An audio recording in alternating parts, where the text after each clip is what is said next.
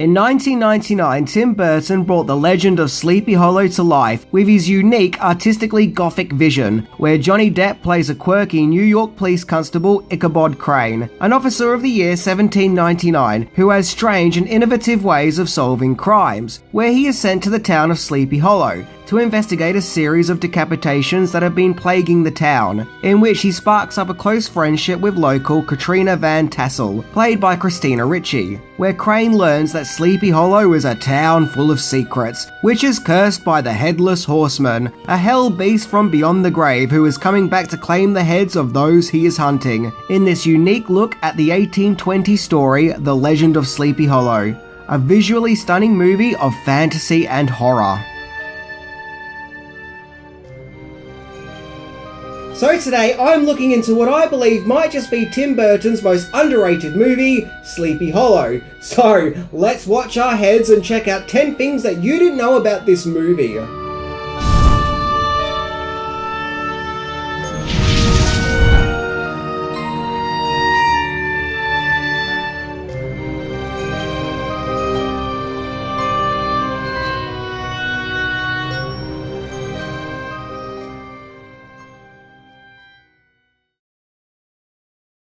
Number 10. Original Vision.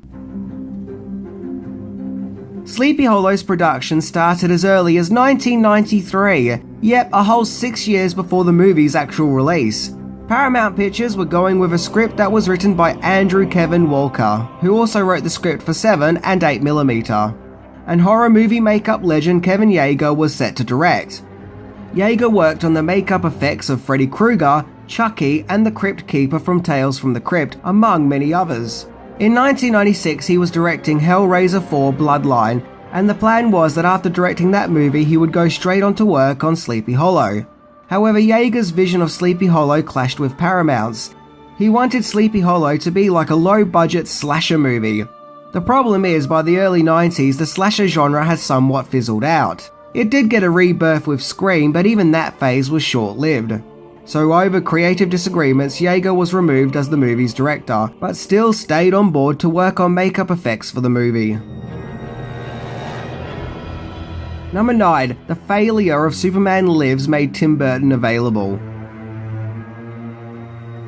Sleepy Hollow's producer Adam Schroeder wanted to get Tim Burton on board to direct Sleepy Hollow, thanks to his work on Edward Scissorhands. So in June 1998, Burton was approached and offered the job, and he accepted.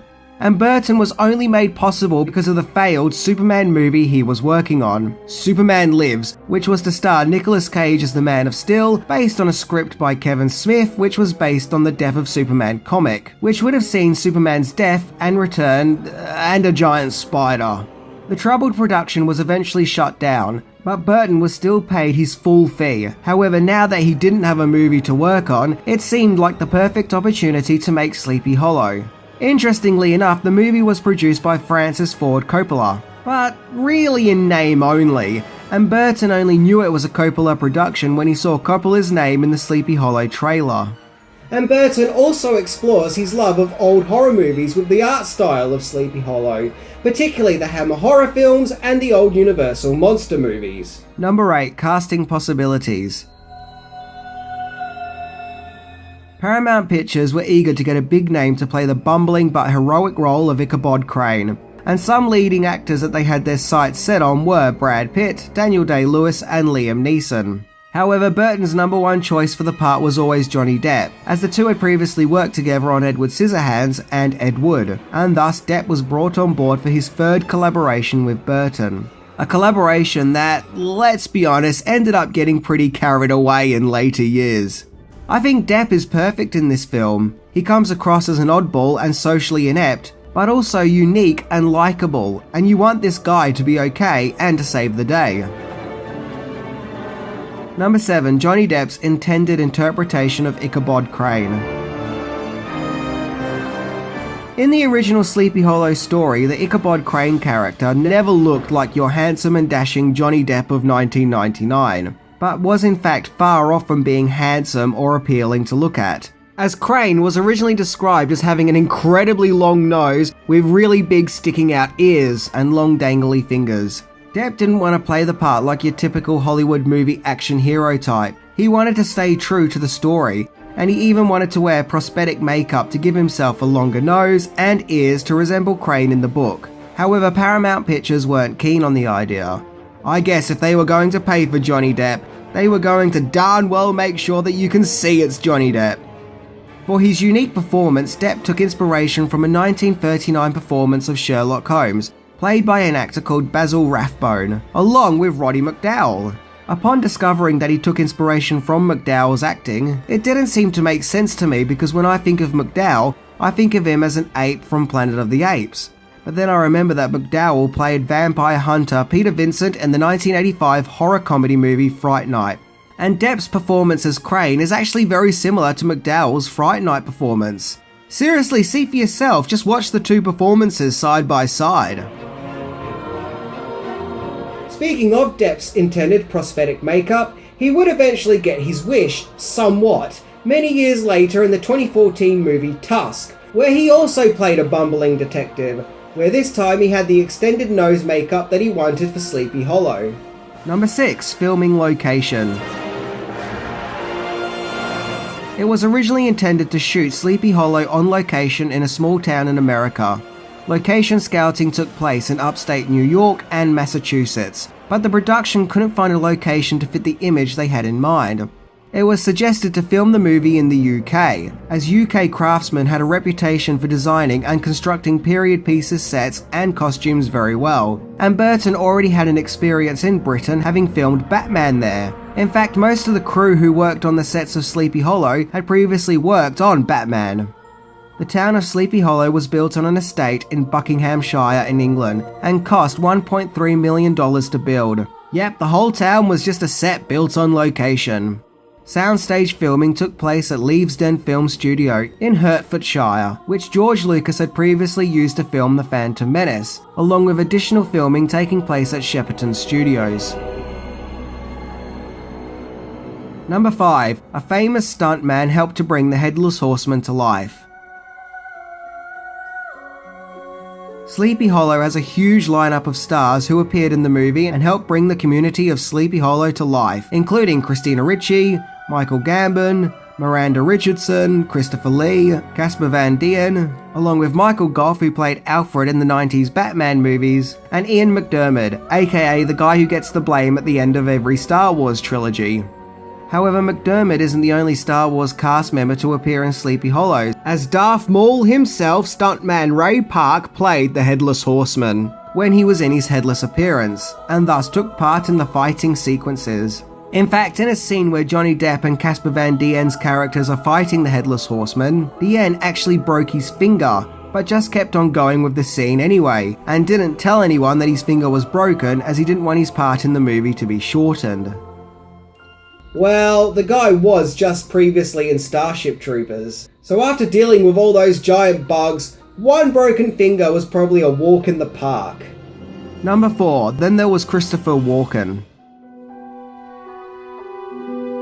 Christopher Walken has a short but memorable role as the Headless Horseman. Walken had previously worked with Burton on Batman Returns, where he played the villain Max Schreck. And in order to give him an evil demonic look for Sleepy Hollow, he had to wear contact eye lenses and have a mouth full of fake sharp teeth. What's brilliant about his role is that he doesn't say one line in the movie. He literally spends his whole time in the movie just growling and roaring, and it's really awesome.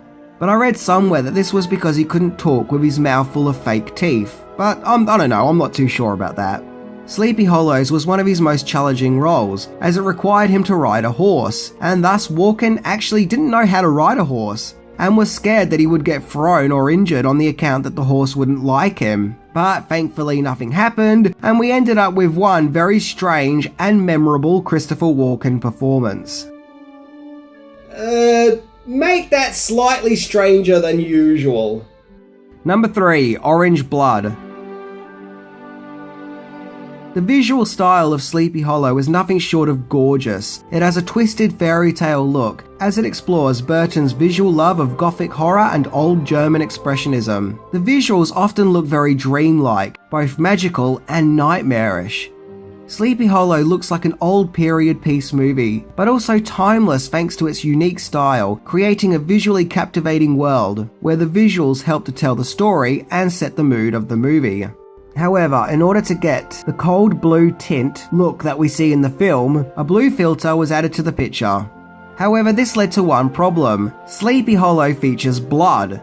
Like, as in a lot of blood. So in order to get the blood to look bright red, whilst also using the blue filter like we see in the film, when filming the movie, the fake blood was actually bright orange. Yeah, orange. Yeah, I don't think the movie would have been as effective if it had characters bleeding out orange blood. Number 2. Use of an old movie prop. The special effects for the movie were provided by Industrial Light and Magic, and they do a top-notch job with some of the effects seen in the movie, and they still look pretty stunning today. Not bad considering that at the time the company was also working on episode 1, The Mummy and The Haunting. However, some of the effects in the movie came from the strangest of places.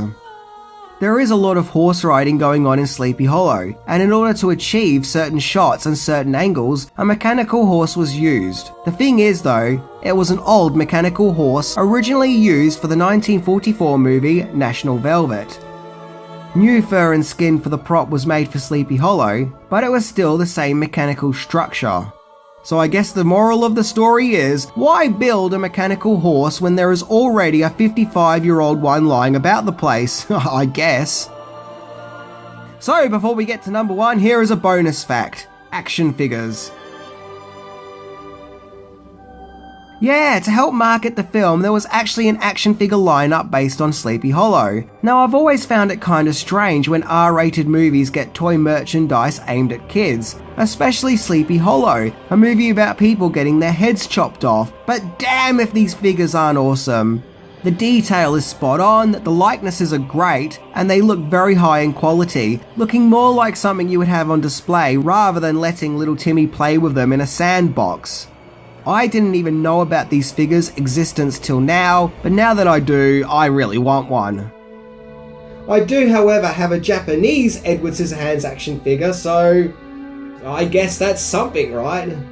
Number 1. Release.